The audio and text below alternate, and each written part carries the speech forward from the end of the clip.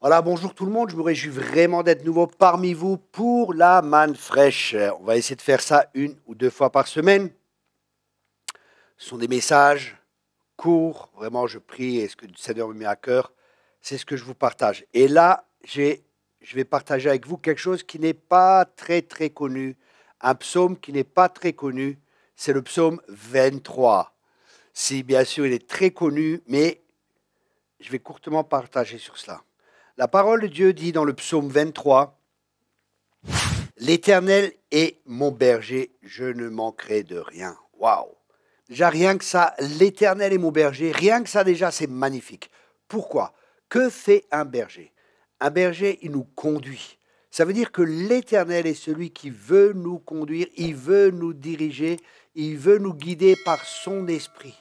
Ça, vous savez, par exemple, un berger il va siffler, les chiens vont bouger, les chiens vont faire des choses, et les brebis entendent et reconnaissent la voix aussi du berger. Et c'est pour ça, nous, pareil, on doit vraiment apprendre à découvrir et entendre la voix du bon berger, parce que ça nous permettra de connaître sa voix, de pouvoir le suivre, et aussi de reconnaître les autres voix qui ne sont pas la sienne, et de ce fait, ne pas les suivre.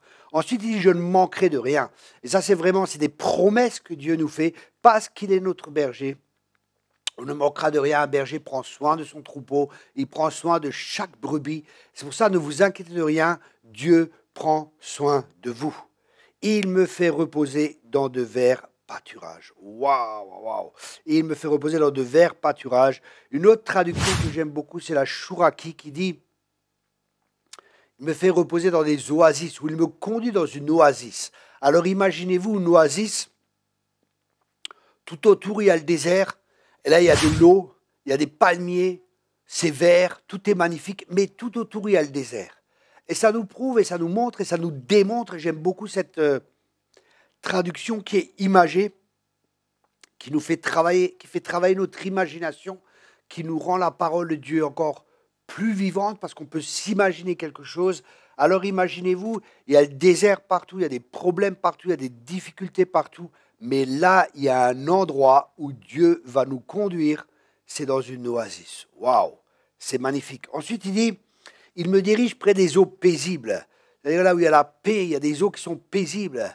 C'est paisible et c'est dans sa présence, on a la paix, c'est paisible. Malgré tout autour, il y a des tourments dans ce monde, des mauvaises nouvelles, beaucoup de choses négatives.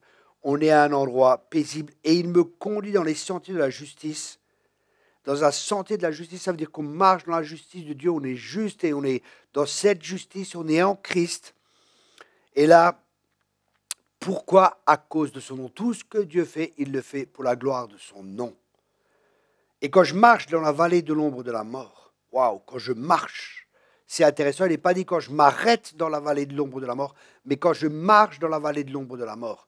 Ça veut dire qu'il y a des difficultés qui seront là dans notre vie et je ne sais pas dans quel problème ou dans quelle difficulté que vous êtes, mais je vous encourage à ne pas vous arrêter là et à continuer à marcher vers votre destinée qui est glorieuse et à ne pas vous arrêter tout simplement dans ce problème, dans la difficulté dans laquelle vous êtes. Des fois, les gens sont tellement fixés, tellement focalisés sur leurs problèmes qu'ils ne s'en sortent pas et ils restent comme bloqués, ils restent comme paralysés dans leur situation. Mais là, la Bible nous dit de marcher. Quand je marche dans la vallée de l'ombre de la mort, je ne crains aucun mal car tu es avec moi. Ta houlette et ton bâton me rassurent. Waouh! Et après, même quand il y a des ennemis, tu dresses devant moi une table. Vous voyez, il y a une table que Dieu dresse devant nous, en face de mes ennemis. Ça veut dire en face de mes adversaires. Ça veut dire qu'on va avoir des adversaires, on va avoir des combats. L'ennemi, il ne va pas se laisser faire. Il est celui qui veut nous combattre, il est celui qui veut nous détruire. Mais là, nous voyons, tu dresses devant moi une table en face de mes adversaires. Et dans cette table, il y a tous les mets succulents, il y a tout ce qui est prévu pour que nous puissions vaincre notre ennemi. Vous savez, des fois, je me rappelle, j'avais des fois des combats assez intenses. Et je me rappelais de ce verset, tu dresses devant moi une table en face de mes adversaires. Et je me mettais à table, je me faisais quelque chose que j'aimais bien manger, un bon steak saignant avec du poivre, avec une bonne sauce, avec des haricots verts par exemple, des légumes frais quelque chose que j'aime bien, ou une bonne salade avec un bon steak et du beurre maître d'hôtel aussi, ou une sauce poivre par exemple. Et là, je disais, ah, merci Seigneur, tu dresses une table devant mes ennemis.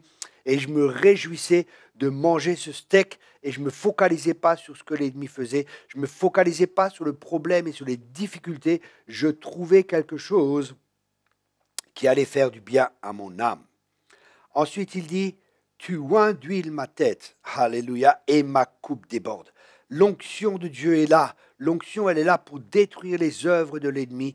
Il m'a oint pour annoncer une bonne nouvelle. Il m'a oint pour annoncer une bonne nouvelle aux opprimés, pour guérir ceux qui sont malades, et ainsi de suite, pour libérer les captifs. Et l'onction est là pour cela, pour détruire les œuvres du diable. Et Dieu nous oint, et on est tellement oint que notre coupe déborde, parce que nous avons besoin d'être remplis du Saint-Esprit pour nous-mêmes, et nous avons besoin de déborder du Saint-Esprit pour les autres. Ça veut dire qu'il y a assez pour nous, mais il y en a tellement que ça déborde aussi pour que nous puissions être en bénédiction pour les autres.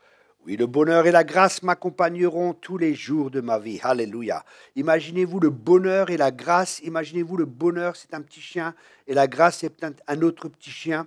Vous savez, comme les chiens là sur Black and White, le whisky, il y a les deux petits chiens. Alors imaginez-vous ces deux petits chiens, et partout vous allez, vous vous tournez, il y a Black d'un côté et White de l'autre, et ils vous suivent tout le temps.